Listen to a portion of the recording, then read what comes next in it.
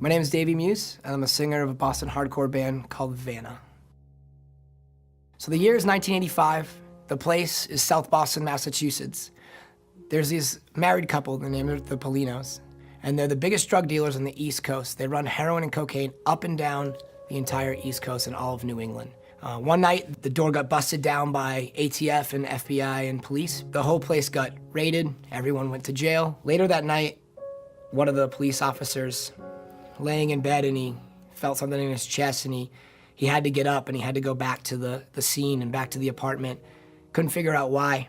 Called his partner and called two other officers, and they said, we had to go back to this house. Let's just go back in plain clothes, and I'm looking for something. I don't know what it is, but we gotta go, just trust me. The police officer that led the charge went into the bedroom, proceeded to empty the closet, move the mattresses, take everything out, and he opens up the drawer of the dresser, and in the top drawer, and he moves a bunch of clothes, and there's an 8-month-old child in the top drawer. He's not crying, he's breathing, but very non-responsive. Before he picked the baby up, he saw that the baby's arm was covered in blood. So as he picked him up, he wiped it down and realized that he had a cut on his wrist. And he could only assume that was from the baby reaching out to be taken out of the drawer and having the drawer slammed on his wrist. And every day, every morning when I wake up and I have my coffee, I rub the scar on my wrist as a reminder that I'm here and I'm alive for a reason. I was put into foster care, and within a year I was adopted by a loving family. And that sense of abandonment was completely gone from me. I was a part of something finally, a family that actually wanted me. So about when I turned 12 years old, I told my mother I wanted to play an instrument. I met a guy in my church who plays drums. So I started taking lessons from him, and that's all I could think about was just being on stage and playing in a band. So that's what I did. I booked shows in my high school. I'd play for anyone who needed a drummer. But then I did something that most teenage boys do. I fell in love. I was with this girl, and she's all that mattered. So music started to fall away. One thing led to another, and she ended up getting pregnant, and she ended up having a baby, and I raised that baby with her for 2 months before I found out that that baby was not mine at all. And instead of running back to music and running back to the things that I love, I just sunk into a depression. I started drinking, started taking drugs. I just wanted to escape completely. I just started getting buried deeper and deeper and deeper into it all, until one day I just had enough. As I'm debating whether anyone is even paying attention to me, I pushed all my friends away. I pushed my family members away. I felt so alone, and one night I had it. I was sick of everything. So I grabbed a bottle of pills, and right when I dumped them all out, my phone rang. It was my friend that was over in Afghanistan. I said, hey man, how are you? And he said back to me, what are you doing? What's going on with you right now? I said, nothing, man, I'm good. Everything's great, as I'm sitting here with a bottle of pills in my hand. I said, no, it's not, man.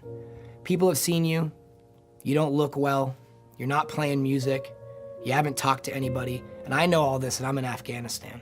It took that phone call all the way from across the world for me to realize that people do care and that I was pushing everybody else away. So after that point, I started booking a bunch of tours. I ended up booking a tour with Vanna from Boston.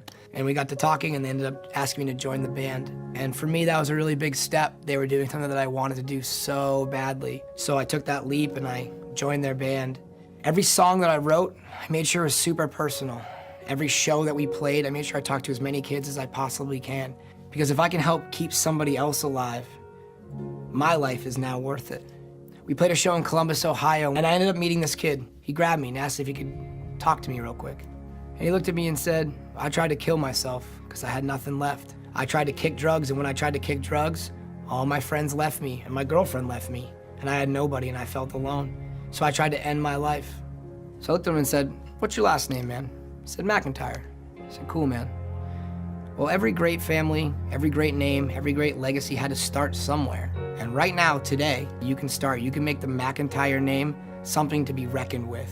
And once you know, a few years later, Chris came running up to me at another show, and I was so proud of him because he got a job, he had a girlfriend, he looked so healthy, like he was doing so well.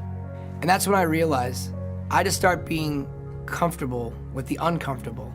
I had to step out of anything that I was doing. I had to share my story so that other people felt like they could come forward and share their story.